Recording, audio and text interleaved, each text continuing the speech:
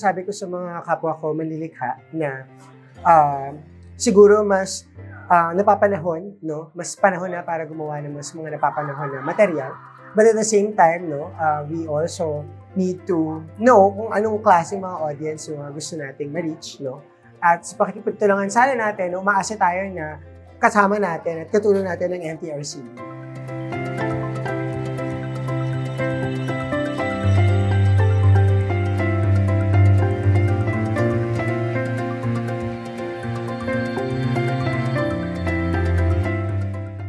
Bagong Pilipino, tara, nood tayo.